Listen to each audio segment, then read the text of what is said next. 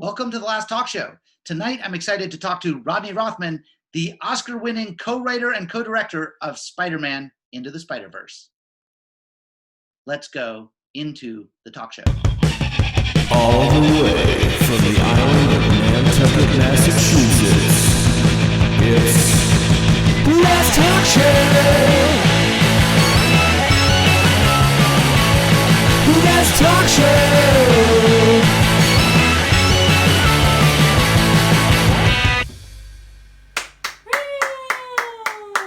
Rodney, welcome to The Last Talk Show. First, I just want to ask you, how are you and what are you working on now?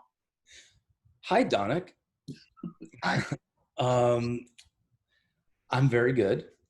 Never better. I wanted to just start by, we worked together at Letterman a long time, and every time we get together, you tell another funny story about working at Letterman that I've totally forgotten. What is a funny story from Letterman that I've forgotten that you can share with us? Okay, first of all, we didn't just work together on Letterman. You hired me on Letterman. You were head writer. You hired me when I was manifestly not qualified for the job, but you did see something in me, and and you kicked off my whole career. We were very excited to hire you away from an internship at MTV. Yeah. Okay, so wait. I mean, I could tell you the story. One of my favorite stories is our interview. Do you remember that story? No. Okay. Well, first of all, I sent a submission into Letterman. You guys were doing a college search or something for writers. You wanted to hire apprentice writers. And I was walking down the path in college when I was a senior, and somebody stopped me and told me they'd seen an ad in the Career Center that the Letterman show was looking for writers submissions, which was not typical or was kind of messed. I didn't expect that was going to happen. And I wrote a submission, and I graduated from college, and it was a dream job for me. And then randomly 2 or 3 months after that, my sister told me that you had left a message on our answering machine looking for me. She also, for what it's worth, told me that 3 days after you left the message. I remember she just casually mentioned to me, she butchered your name. She was just like, yeah, there was some message. And it was like 3 days before the head writer from Letterman had left a message looking for me, which was like crazy. So because I was living at home, let's just make that clear. I was living at home in my childhood. So I ended up getting called in for an interview with you. Walked from my internship at MTV, apprentice writer, like writing my, the unpaid writing job. Walked up there at Sullivan Theater, went in, met you. Side note, you at 25, 26, 1 year into head writer at Letterman, looked and tracked older than you do right now. Yeah. Like, this is 30 years ago. This is 25 years ago. The guy who interviewed me was well into his 40s.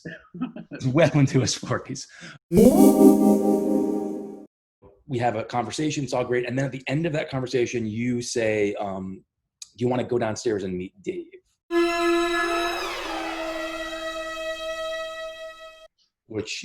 Which was crazy, which was like a mind-blowing question for me. It was like, do you want to travel through like the threshold of the television screen and meet the most famous person on earth? There's people who've worked on that show who had worked on that show for 6 or 7 years, had never met Dave, it was incredibly hard to get into Dave's office. You walked me down a hall and you walked me down steps, and then you walked me into David Letterman's office, which was really empty, and he was smoking a cigar, cloaked with cigar smoke. He still smoked cigars then. Sat me down, introduced me to him, started to make small talk. He knew some stuff about me. He'd been prepped. And he said, I hear you're at MTV right now. What are you working on? Now, just that day, my boss at MTV, Sarah Condon, had said to me, just so you know, you're working on top secret stuff here. You're working on proprietary top secret stuff. People don't know about this stuff. So I want you to understand that, like, this is not stuff you can go around and like tell people about. It's all kind of like, proprietary stuff. So then I'm sitting, 4 hours later, I'm sitting in David Letterman's office with you, and he says, "What are you working on at MTV?" And in my head, first of all, I was like, I don't know what to do. I was just told today I can't talk about this. And then I also went to a place in my head where I was like, everyone knows that.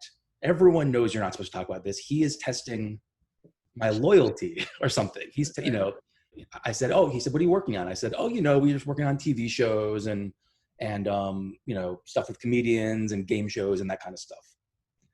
And he immediately just got it. And like Dave did, he just immediately laser focused on me.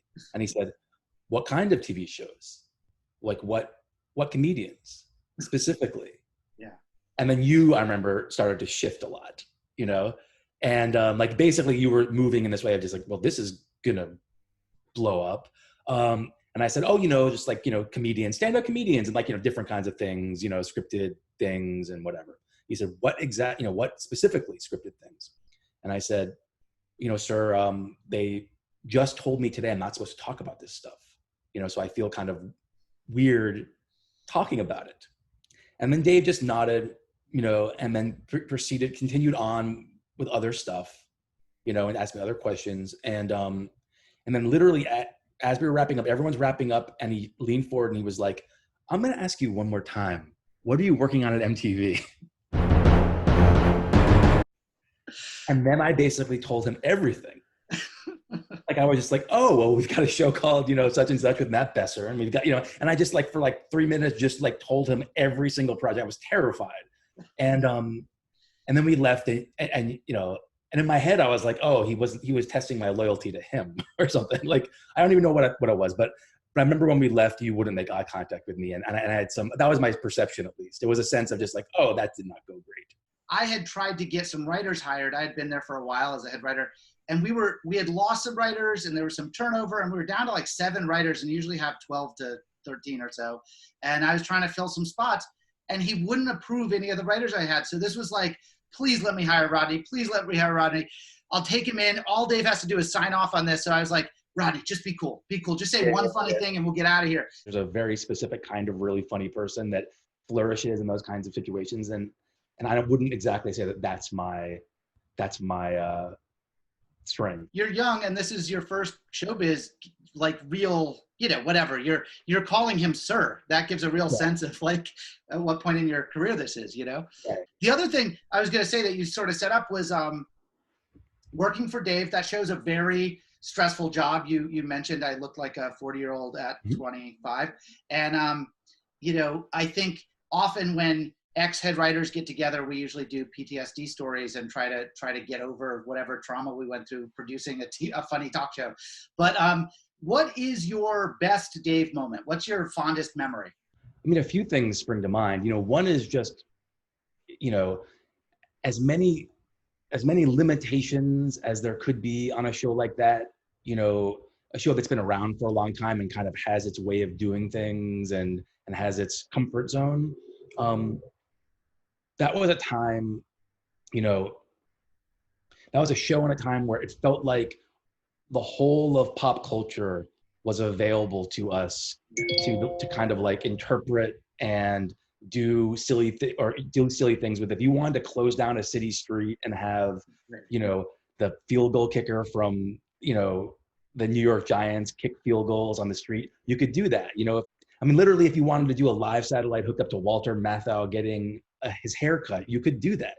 I have a lot of memories of that, of just kind of these the best stuff was just this strange, organic comedy, and just kind of, it was almost sometimes beyond comedy. It was just pop culture orchestration and satire, and you just had access, you had money and access to mount performance art, that was funny and interesting. And so the best of that stuff felt transcendent, it felt like you were creating moments of television that were beyond just something silly. It's so that was great. And obviously there's also a lot of crazy memories, and it just, jobs like that at that time felt everything felt like the end of the world. Now we know that wasn't true. Yeah. Yeah.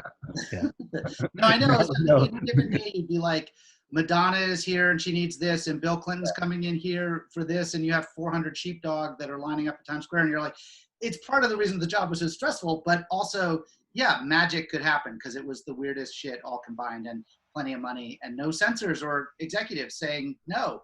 Yeah, never met an executive, which, in good and really not very good ways, it was its own ecosystem and its own cave and world. You didn't have to like mix with the rest of show business in any meaningful way. Right. Show business kind of came to you. And Right. because I remember the first 6 months, if there was a really bad show, or if I perceived there was a really bad show, I would have to like take a walk for hours sometimes afterwards by myself around the streets of New York, because I felt like I had done something terrible and I felt like I was gonna get fired. And, I genuinely felt that when I returned to the office, there was no reality beyond I'm going to be fired when I set foot in the office. So I just think I'm going to keep walking for a while. And I was just thinking about my sad walks, like when it felt like there was a bad show, and it was most nights you had something to be like, oh, that didn't quite work or whatever. My walk was about a half a block. I wouldn't actually do a real walk. I'd walk not to Rupert's Deli, but to a deli up at the corner and get a BLT. And then I would sadly eat that on the way back to the office. And I ate probably one sad BLT like 4 or 5 times a week. And that's part of the reason I looked like I was 15 years older than I was, I think. Cut to the end when I left the show, and I've had this experience a few times since, when I left the show after 5 years of writing there and 2 years of head writing there, I genuinely, in retrospect, felt like I was kicking a drug. And it took me quite a while to kick the drug. Oh yeah. Okay. Yeah.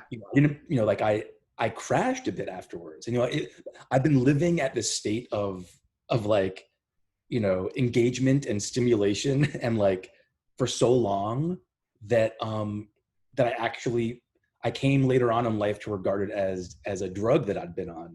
No, there's something immediate payoff every day to material and also celebrity, and you take that all for granted. I remember my first week, I left and went to The Simpsons, and was like, one Friday I was at Letterman and the next Monday I was at The Simpsons, and I was like, all right, guys, we got to get something for Homer and like whatever. And I was pitching like a maniac, and they're like, dude, like we got 9 months to get an episode together, and yeah, we want to order this new thing called Jamba Juice. We're gonna try this out today, so look at the menu.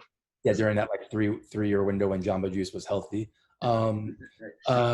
Yeah, like I see it now as like what the internet does or what Twitter does. I see it as like, oh, I was on some kind of crazy dopamine, gusher, geyser for years. Were like not just the constant like buzz of all of the glamour, I guess, or famous people or any of that stuff, but also the rhythm of like every day you're doing a show, every day you're kind of like getting anxious and nervous, every day there's a performance, every day there's a sense of relief afterwards, just over and over and over and over again. And we survived another one just every day.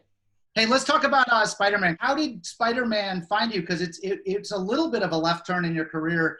I was working a bunch over a period of years with Phil Lord and Chris Miller, and had worked with them on a bunch of projects, and they were the originators of this Spiderverse project. And there was a point in that project where they brought me in to write on it, and I did that for a while, and then that eventually became me co-directing it also. So that's kind of how that happened. And then, in regards to comic books, I actually wasn't that into comic books. I grew up in Queens when I was a little kid. I grew up in Queens and Forest Hills, where Peter Parker is from, and did have a connection to Peter Parker and Spider-Man for that reason. Of course, I read some comic books, but I was not a comic book nut when I was a kid. And when Phil originally called me about coming in and working on it or helping with it, I actually kind of turned the job down. He was working on Solo at the time, and he'd been talking to me about Solo a bunch. And in my head, that was sort of what I wanted to do. Yeah. And he asked me to sort of help with Spider-Verse, and I basically, I turned it down. I basically said, this one's not for me. And he said, "Can you just read the script?" And I said, "Sure." At the very least, I could like read it and give some comments and feel helpful. And I read the script, and about 30 pages into the script, 5 pages into the script, I was intrigued by it. About 30 pages into the script, I made some, note on the script or to myself where I was like, this is really cool. Then the script kind of got into, it was like a 175-page script. Then it kind of very quickly got it got a lot messier as it went, but I'd already kind of been hooked. So I agreed to work on it. At that point, I was just writing on it for 3 or 4 weeks. But I thought it was, I just thought it was really cool. And then when I started to write on it more, and then even when I was in talks to co-direct it, and when I started to see very early viz dev on it and have conversations with department heads there, very early conversations about what they were even thinking about doing and where they were, I also thought that was really, really cool, and kind of kept it to myself. Yeah. I think I had this feeling of like, don't let on how cool you think this is, because they think they need you.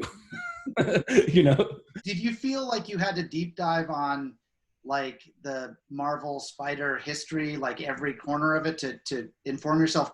I did know a bunch about Spider-Man just through osmosis, and I'd seen a bunch of the movies, and I knew what the Spider-Man's famous. Were. Yeah, I knew what the memes were.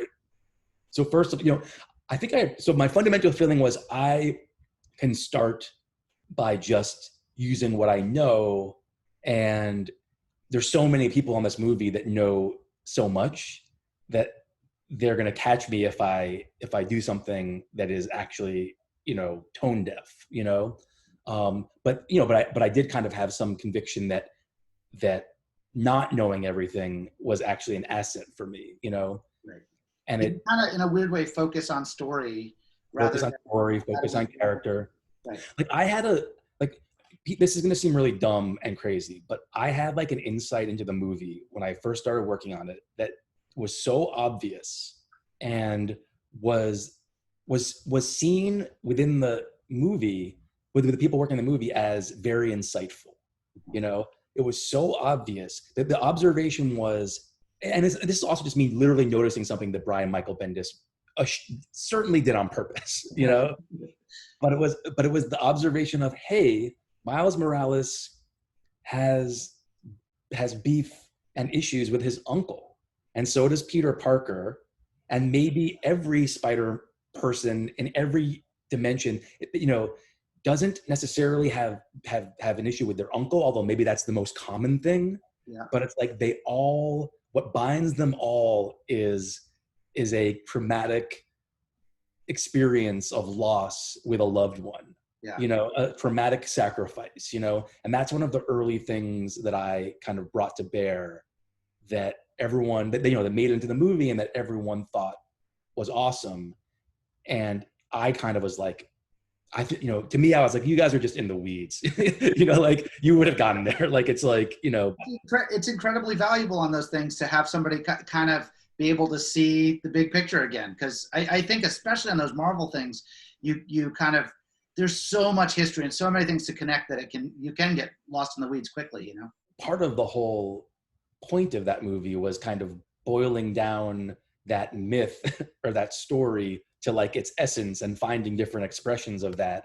So again, like having micro knowledge of everything specifically wasn't, I didn't need that, like because I was kind of, part of my job was to find the patterns in the myth, there's Marvel and Sony and Columbia Pictures is involved, and Phil's got his company, and there's a lot of people protecting the brand or trying to understand the brand. So one question is, how do you navigate that? Part of your job is to somehow just constantly try to connect all the spokes, so that everyone feels like they're connected to the wheel, part of the wheel. And then, and then on some level, part of your job is to actually make the calls to separate this, this part for a while or this part, but I couldn't, but mostly I had to be a peacemaker or a consensus builder, while also trying to, do what I thought was best for the movie, and you know, and in some cases try to like protect things, Right. because you know there's a lot of like anxiety around a project like that, you know, so sometimes you just have to like kind of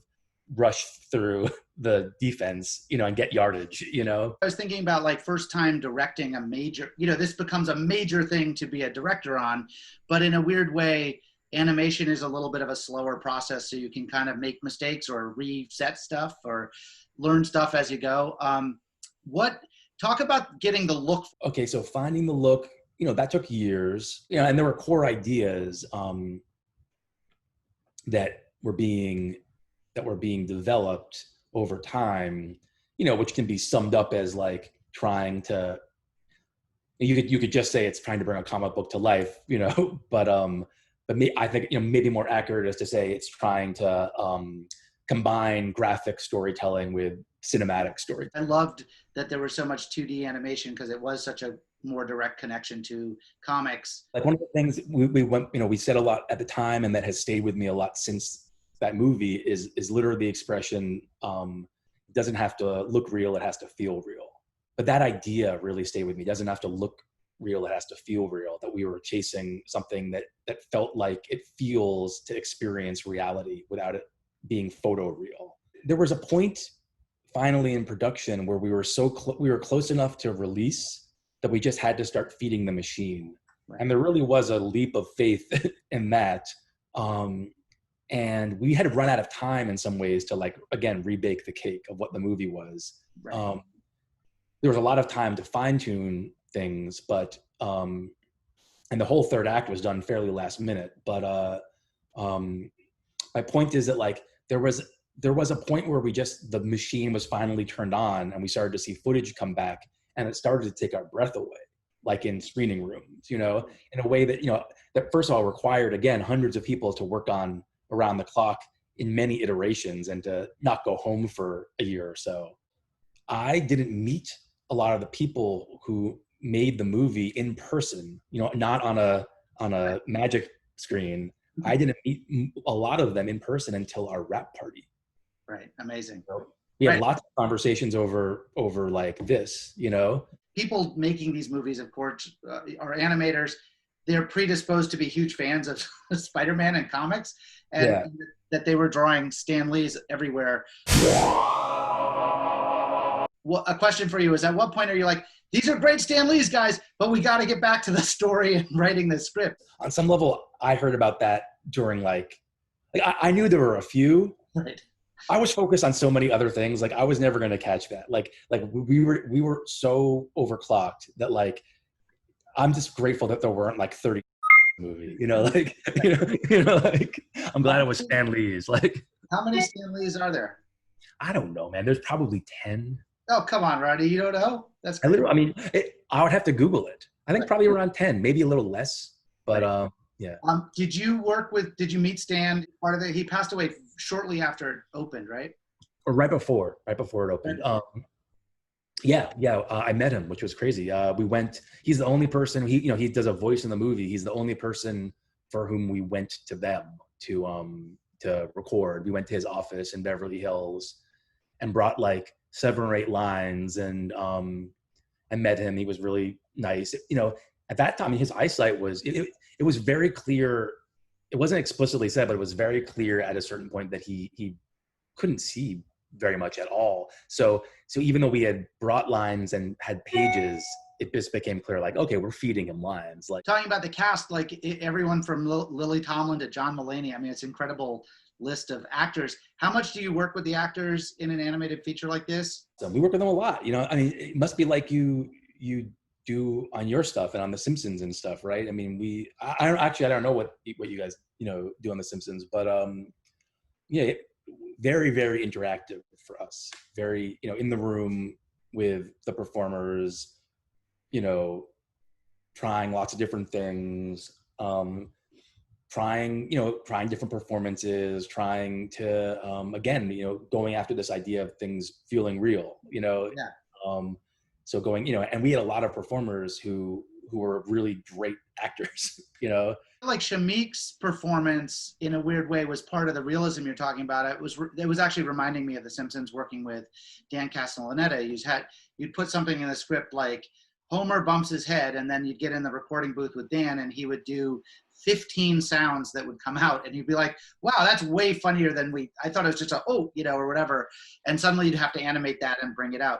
Did a lot of that come from actors? We were figuring out as we went how to work with the performers to get the material that seemed to be working the best in the movie. You know, one of the things we learned with our performers over time was that if we maneuvered them into, it's not about us maneuvering, but if we kind of directed and like kind of encouraged them into more naturalistic performances, right, that when we sent those performers, when we picked those performances, you know, and sent them to our animators were doing amazing work with that audio, you know. Performing, you know, this isn't true for every line and every person, but it's largely true. It's like, yeah, we would often pick takes that were quieter or had mumbles or, you know, slurs, or again, this isn't like universally true, but, you know, or just it felt natural. And there was like there was kind of almost negative space in the performances that the animators were then filling. And that, you know, over time we found that some of our biggest writing problems were getting solved that way, not by what we thought we needed to do, which is just keep grinding until we came up with the perfect line, but by getting the performance, you know, from our performers that expressed what we were looking to express without actually saying it perfectly. You know, I know that's like a basic thing, but that's something I sort of relearned on that movie. I wonder if that's part of having our background at Letterman, because it was a revelation for me. I think the first time was at Bored to Death, where we got to the table read and I was like, these scripts aren't quite ready. These aren't funny enough. Like, these have to be better. And then Ted Danson, Zach Galifianakis, Jason Schwartzman read them. And I was like, oh, these are genius. What are we doing? But yeah, where I was like, oh, actors actually make stuff better if they're good actors, you know? It's funny because at Letterman, it felt like there was my recollection of it, not universally, but my recollection was that there was sometimes a distrust of performance at Letterman, you know? So I feel like I learned a lot of that stuff afterwards. And then you asked for a story. The big story that springs to mind, it's not a funny story, but Mahershala Ali, spoiler alert. Spoiler alert. Has a death scene in the movie, and as we tried to get that right over time, we had him perform it once, and then we rewrote it and had him perform it twice. Second time. And he really performed this stuff and like lay down on the ground, and it was like a whole thing. You know, turns out Mahershala Ali is an amazing actor. And then we needed to rewrite it a third time. And not only did we rewrite it a third time, but we brought alts. We brought death alts to the third death record.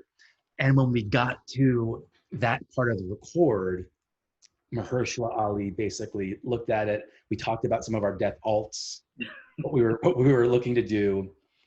And then he very calmly explained to us that he wasn't going to be doing it again. And that he felt that us asking him to do this a third time was not respectful of his process and what he brings to this stuff every time. And then he did kind of say, basically, next time I see you, if you really think you need it, let's talk. For what it's worth, the performance that's in the movie is a mix of his first and second times. We never did it again. Wow. I honestly had several takeaways from it. One was ultimately he was right. Ultimately, like we already had what we needed. You know, and again, it ties to what we were just saying about like performance versus the perfect words, because the rewrite was words. You know, the rewrite was like, what's the perfect thing for him to say when he's dying? You know, like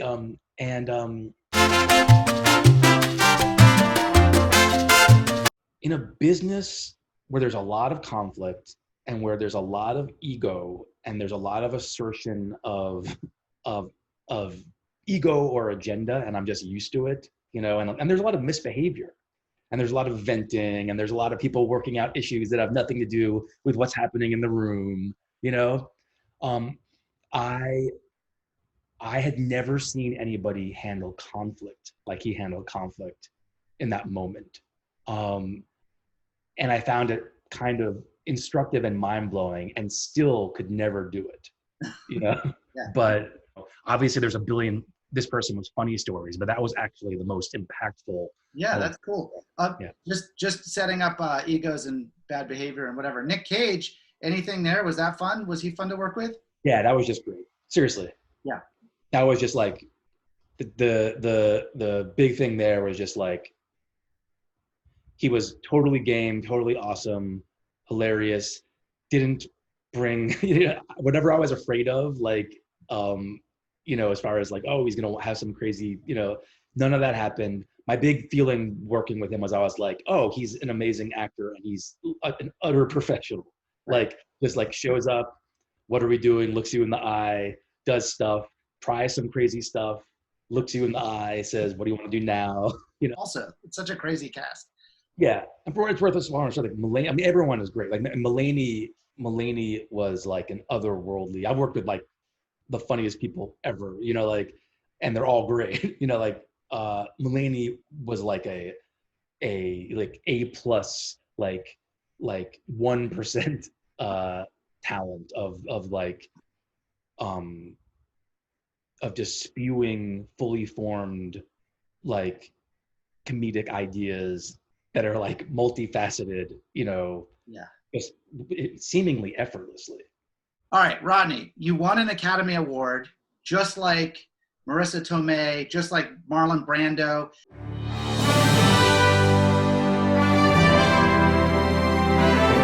You crushed some of Disney Pixar movies that year. You crushed Wes Anderson's Isle of Dogs. What was it like to crush Wes Anderson? That didn't feel bad because it felt like it was going to be transmuted into another great Wes Anderson movie. Uh-huh. It felt like we could use it, It felt like he's got such a strong Charlie Brown, Charles M. Schultz thread in his work. It felt like, hey, the football was going to get pulled anyway. It wasn't really my hand. Yeah. With the Oscars, there's always you always end up like at a urinal next to Spike Lee, or like wrestling for a fork at the governor's ball with Rita Moreno or something. Do you have any just going to the Oscars, winning an Oscar, behind the scenes of that? After we won an Oscar, I don't know if this is going to be a great story for you, Donick, but it's the best story of mine. After winning an Oscar, get shepherded or get like maneuvered around backstage, and all of a sudden you're talking to like 200 foreign journalists and like taking photos and everything, and then they're going to take you back, and we were all in an elevator, and the doors of the elevator opened up, and Sam Rockwell and Frances McDormand were there, and Frances McDormand looked right at me and she went like this. That's my story. That's all you need. That's it. Done. Better than an actual award. I got a couple questions for you from what I'm calling the Spider Club. My son and his buds were, I told them about this and they had a few questions. So this is from Otis, Tegan, and Kazar. Let's see, I have them here. Kazar asks, are you going to make another one? And Spider Ham always eats hot dogs. Isn't that cannibalism? Another one. Yes, another Spider-Verse in the works. Like to be released like 2 years from now. Spider-Ham, yeah. Spider-Ham eats hot dogs. And unclear the beef percentage. Tegan asks, at the end of the movie, the last pair of spider men's argue. Is their argument going to be addressed in the next one? Yeah, not in the next movie, but that argument is there's going to basically like a 6-hour maxi series that's being made about that's just going to be that argument extended for 6 hours. Oh, good. Kind of like a Bergman. You can explain this to them, but kind of like a Bergman scenes from a marriage type of thing. Cool. So, but you're gonna have to subscribe to the Peacock or something to get it, right? You have to subscribe to the Peacock. Yeah. Otis asks, are we gonna spend more time in the Spider-Ham dimension, and will we get back to Noir Spider-Man in the new one? Let him know that I have no idea. I guess one thing I should ask before is, are you involved in the next one? Are you working on it? Yeah, a little bit, but I'm not directing it. Okay. I'm not directing it. Yeah. Okay. But you would know some of these answers if I would know.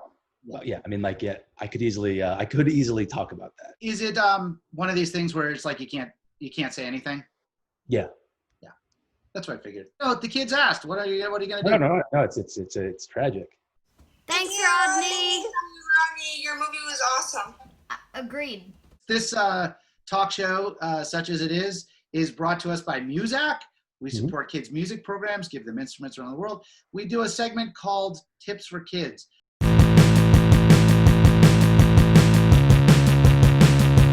Come on, guys, help the kids out. Go to muzak.org. No, that's the way you spell it. Rodney, do you have any tips for kids? You know, I do have something. I'm of two minds here, Donick. You know, and shoot this down. Call us a cop out, but because it's something I've been thinking a lot about lately. I do impart a lot of lessons to my children, and I'm never going to stop. And I will impart one, but I do strongly believe that a lot of these things are stuff that kids kind of have to learn on their own through trial and error. And in fact, on some level, I wish that upon them, rather than me giving advice that can short circuit things. I actually think that I actually believe the only way anyone will learn anything is by experiencing it for themselves. But having said that, one of the greatest pieces of wisdom that I wish I could get my kids to understand is that I have been upset many times in my life, many times, and about many, many things. And most of the time when I'm really upset about something, I don't think that upset is ever going to go away. I always think this one is different. This one is permanent or life-shattering. I still, to this day, usually feel that way. But what I often then think to myself, and I figured this out a few years ago, and it actually does reframe my thinking and calm me down. I think I have been upset tens of thousands of times in my life. And none of that stuff matters right now. Not a one of those things matters right now because I'm so upset about this thing. Right. So therefore, by deduction, pretty soon, this thing is going to be one of those things. And I'm just not, I'll be upset about something new that I can't even imagine, and this won't matter, and it will never matter again. Right. So that's something I talk to my son about sometimes, and I wish, and he just he's 6 and he's just not ready for that. But I feel like, oh my God, that's the secret of life right there. You could avoid so much wasted time and so much wasted energy by just really accepting that. Let it go. Move on. Yeah, it doesn't matter whether you let it go or not. It will be let go. Right. Yeah. Like this too shall pass. That is that's great advice. Yeah. All right, we're gonna do the last talk show lightning round, Rodney. When was the last time you saw a real spider? Last week. The last injury you got that you thought, oh, this could be like a radioactive spider thing that could lead to superpowers, and maybe I'll use this in a story.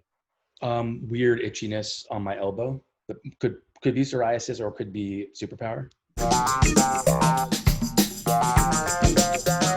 The last script note you got that made your head want to explode. The first thing that springs to mind is a recent note that's basically, the note was, hey, that thing you deliberately set up in the pilot and chose not to pay off because you want to pay it off later. What if you paid it off immediately? That is every pilot I've ever written is like, you've got to be careful not to pitch what the season is, because before you know it, the pilot has to have all 13 episodes in it because they're like, we want it all. Yeah, that's maddening. The last pet you got? Last pet I got, we took care of a baby chickadee from kindergarten. Last time you talked to Dave? Last time I talked to Dave, 6 months after I left the show 20 years ago. Last time Dave talked to me, 6 months before that. Last thing that made you optimistic? I'm an optimistic person, and there's optimism threaded in everything I've experienced for the last 6 or 8 months. You know, I don't sit there constantly, but you know, I naturally believe in people coming together and helping each other, and I hope that I'm right. And Rodney, I'll give you the last word. The last word? Rockin' Rodney. Rockin' Rodney.